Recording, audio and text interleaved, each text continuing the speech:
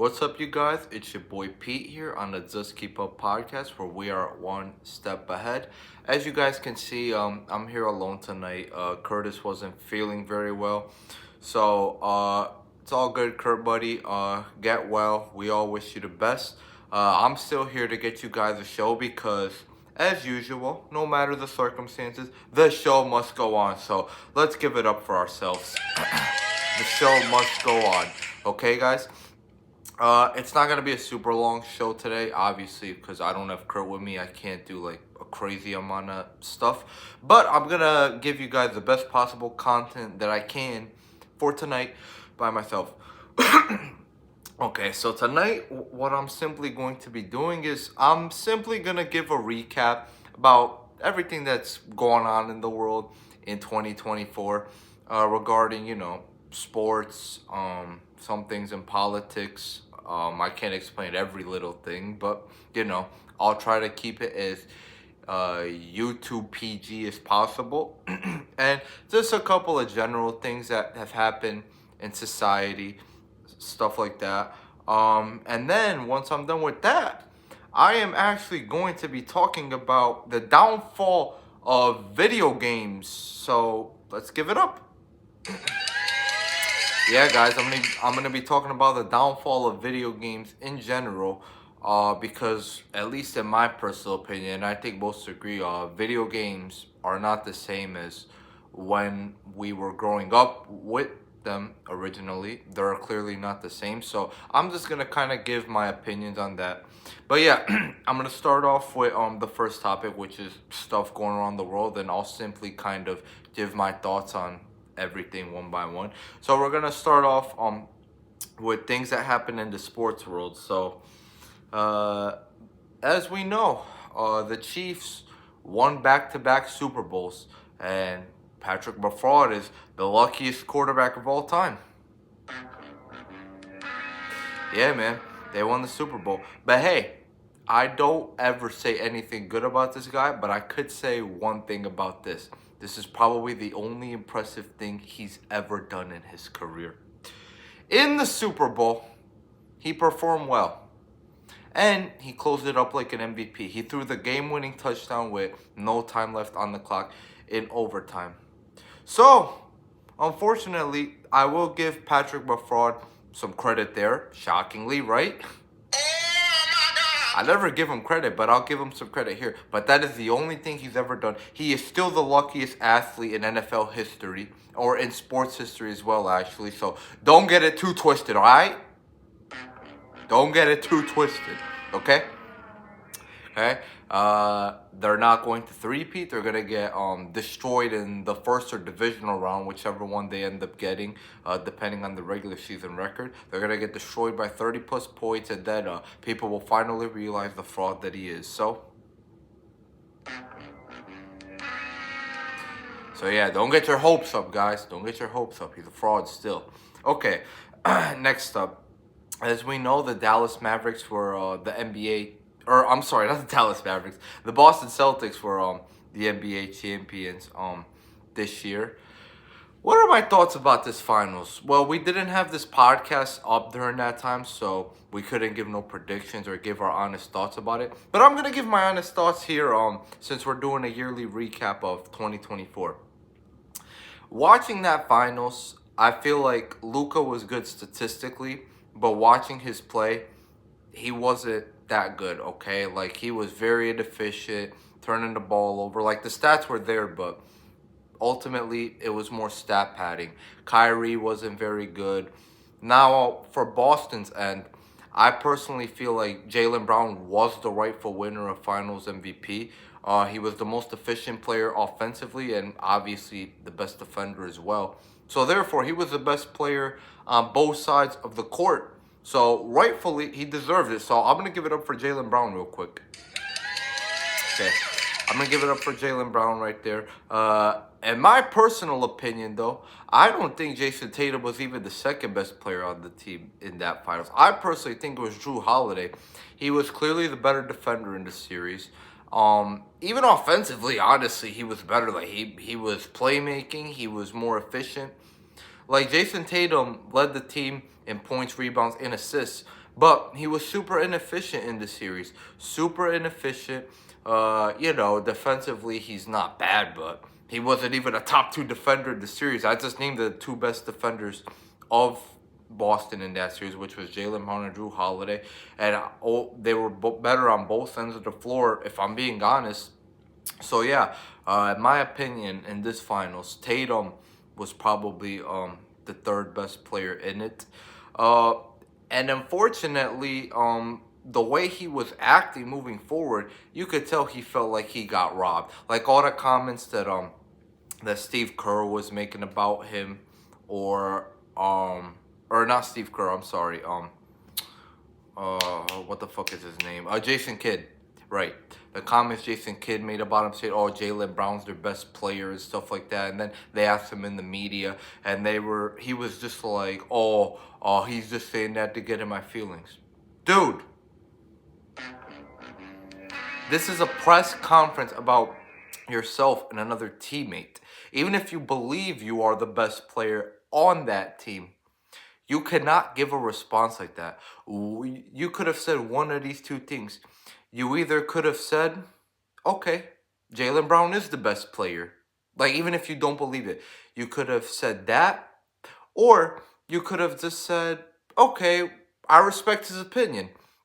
Just one of those 2 things. Not, oh, he's just trying to get in my feelings. Dude, you're making it obvious what you believe in. So that's just an L opinion right there. And not to mention, Tatum didn't even back up his own opinion about himself being the best in that finals. Jaylen Brown was the best player. And I think Jaylen Brown is the best overall player on the team as well. At least in my opinion. So yeah, congratulations to Boston on winning that title. Congrats to Jaylen Brown on winning that Finals MVP. These are pretty much my thoughts on that series as a whole. Okay, guys. So yeah, I got one more thing left in sports before I move on to the other things that happened in 2024. The Milwaukee Bucks won the NBA Cup, as me and Curtis both predicted. So let me give it up for them real quick. Okay, the Bucks went in there. They took care of business. Okay, they took care of business. As me and Kurt both predicted, OKC wasn't built for the moment. You could tell they're young, inexperienced. It's a playoff atmosphere. Giannis dominated, as I said he would. He had, I believe it was 29, 16, and 10. I said it. I said he's going to go out there and dominate. He's going to get a triple-double, maybe a 40-point game, maybe a 50-point game. He got the triple-double. He had 29, 16, and 10. The guy was clearly dominant. He wanted this, and they won it, and they deserved it. Meanwhile, I got a couple of comments to make on Darvin Ham following this. This guy, Darvin Ham, came out and he said some things that sounded true, but unfortunately, he didn't use much context. So I'm going to give you guys the context, okay? He came out and he said that the Lakers missed the playoffs without him. And then as soon as he went there, he got them to the Western Conference Finals. They won the NBA Cup. And on top of that, they lost in the first round following that, but it was to the same team they lost to in the Western Conference Finals. He said if this was any other team, he would have been looking at an extension. So he felt like he got robbed. Well, Darvin Ham, let me tell you something. You have no coaching skills. None of that happened because of you. We would have gotten the same exact results even if we had kept Frank Vogel. Like, dude, you were out there just constantly saying, we gotta use our hands. Our hands, man. Our hands. Or he would be like, oh, go get them dudes. Salute. Sorry, buddy, but that's not enough coaching. That's not enough coaching. You got there because of the talent level in the team. The reason why the Lakers missed the playoffs right before you got there was because of Russell Westbrook. And we were on pace to missing it with Russell Westbrook the following season as well, before we decided to make that trade at the deadline for guys like, D'Lo, Vanderbilt, Hachimura. That is why we turned it around. It wasn't because of you, buddy. We were on pace to miss the playoffs the same exact way we were the season before that, all because of Russell Westbrook. And you did nothing about it. It was clearly the roster. So, you stink, Darvin. You stink. You will never be anything more than an assistant coach. All right? You got it? Okay. Good. All right, guys. Moving on. That's my last topic. For sports. I'm gonna move in a couple of things that happened in politics this year. Don't worry, Kurt. Don't worry, you guys. I'm not gonna say anything that YouTube is not gonna want to push out in the algorithm. I'm gonna keep it as PG as possible. I'm not gonna get into any details. I'm just gonna do a quick recap of some of the biggest things. Okay. As we know, we had the election this year, and it was quite an election. It started off with Donald Trump and Joe Biden. Donald Trump got shot. Yeah, he's the first president to be shot on camera since JFK. And alongside with JFK and Lincoln, he's one of the three presidents to ultimately get shot at. But the only difference is he survived because he has aura. So... And then Donald Trump followed it up by winning the election as well. He risked his life for this, and he ended up succeeding. So congratulations to Donald Trump, man. He definitely deserved this. He took a bullet for it. He ended up winning. In my opinion, I think he was the better candidate. So I'm happy he won and not Kamala Harris. Just my opinion. But yeah. You guys notice how Joe Biden also dropped out right after he got shot? You guys want to know why he dropped out? Because after Donald Trump got shot, the ballots got out of control. Like, Donald Trump was getting a lot of sympathy points for getting shot and stuff like that. And Joe Biden knew that he was going to get blown out worse than a street horse. So that is why he dropped out. It's simply because he did not want to get blown out and embarrassed on national television. So this one is for you, Joe Biden. Okay, guys? All right, that's pretty much everything that I'm going to speak on in politics. I gave you guys my opinions on all those things. Now, moving on, some of the general things we had in society that we got two things we don't see very often. We got the solar eclipse. Solar eclipses don't come around very often. Unfortunately, I was working that day. I didn't have the glasses to stare at the sky either, so I did not see it. But for any of you guys who did see it, I hope you guys enjoyed it. You know, things like that truly are beautiful to look at. You don't get them very often as well. According to sources, the next one we're supposed to get is in 2044. And it's funny because we actually had a solar eclipse back about 6 or 7 years ago, right before this. So these two weren't too far apart. This one though is, you know, obviously in 20 years. So yeah, I mean, are we fortunate that we really got to witness two within a 7-year span? Because the next one is in 20 years, and these obviously don't come around often. I think we were pretty fortunate to witness things like that. So guys, like I said, I missed it, but when things like this happen, you don't get these experiences very often. You guys, and myself included, we should all be seeing these things. So I'm just gonna give it up for ourselves. We deserve these experiences. We should be going in witnessing them. Yeah, that is my take on this. Another thing that we had was the Northern Lights. The Northern Lights look phenomenal, man. Like that colorway of like the baby blue, the dark pink, the green, all those colors combined. Beautiful. I'm not gonna lie, I saw a little bit of it. I didn't get to witness like a crazy amount, but from what I did witness, it was amazing. I saw more pictures. It truly was incredible. Yeah, kind of crazy how we got the solar eclipse and the Northern Lights within the same year. It's crazy. It's fortunate. Yeah. But that's pretty much it on the general things in society. Now, let's get into movie of the year, okay, guys? In my opinion, there's only two candidates for movie of the year, and it's not even close. It's between Sonic 3, which I literally just saw 2 days ago, and Deadpool and Wolverine. I'm gonna be honest. Both movies were amazing, but I think Sonic takes this one. I think Sonic takes this one because I don't want to spoil anything for any of you guys who didn't watch it. I also grew up with Sonic, so maybe I have like a little bit of biasness towards him. But the movie was incredible. It was a perfect mixture of story, emotion, action, animation, all that stuff jammed into one. So, in my opinion, I think this was the better overall film. Deadpool and Wolverine was really good as well too though. I got into the Deadpool series not too long ago. But actually like a month or two right before this movie dropped. One of my friends actually put me on it, and I'm glad he did because Deadpool is a great series. I also love seeing Wolverine as a character. This was my introduction to seeing Wolverine. I think the movie was, you know, funny like every Deadpool movie was. It had nice action in it. You know, I felt like the plot was pretty good. But in my opinion, I don't know what it is. It just wasn't as good as Sonic, but it was really good. Like I said, this is literally the second best movie of the year, in my opinion. So obviously, I'm super high on it. Um, but yeah, overall, in my opinion, I don't know what it is. I just think Sonic was better, even though both were good. Like I said, maybe it's because I grew up with Sonic and I have some biasness towards him.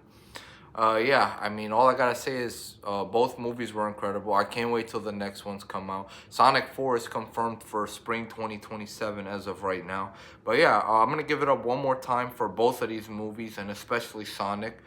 Yeah, in my opinion, Sonic 3 is the movie of the year with Deadpool and Wolverine being the runner-up. Okay, guys, so this is pretty much everything major that happened around the world around 2024, I guess. The next thing that I wanted to talk about was the kind of the downfall of video games. Growing up, guys, I'm gonna be real, we had like some amazing story games. Like me personally, I was a huge fan of the Sly Cooper story mode series. I'm sure a lot of you guys know about that. That was like an amazing story mode series. Then we have other series like Uncharted, Gears of War. A lot of people love God of War as well, which is still making games. I haven't played God of War, but we had all these amazing story games. We had all these amazing multiplayer games too, like NBA 2K, Call of Duty. Call of Duty's coming back though, I'm not gonna lie. If any of you guys play Call of Duty, the most recent one is obviously Black Ops 6. It's actually really good. I'm super happy that Treyarch is giving us back-to-back years. They're making a Black Ops 2 sequel. So it's gonna be nice that we're gonna have a nostalgic game in the upcoming year. I'm really happy about that.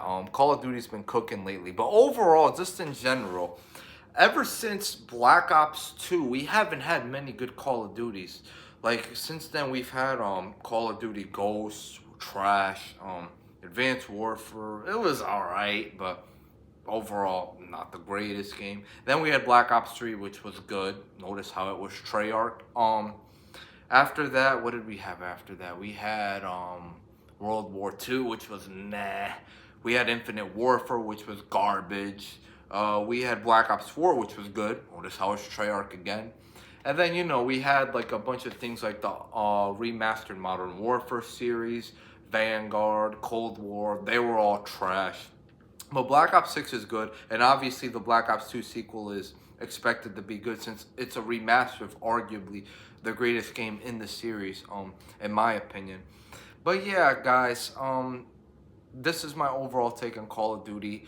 They haven't been the same since Black Ops 2. Treyarch can drop a banger whenever they perform, but Infinity Ward and Sledgehammer games just suck in my opinion. Infinity Ward was good up until the OG Modern Warfare 3, but they fell off after that.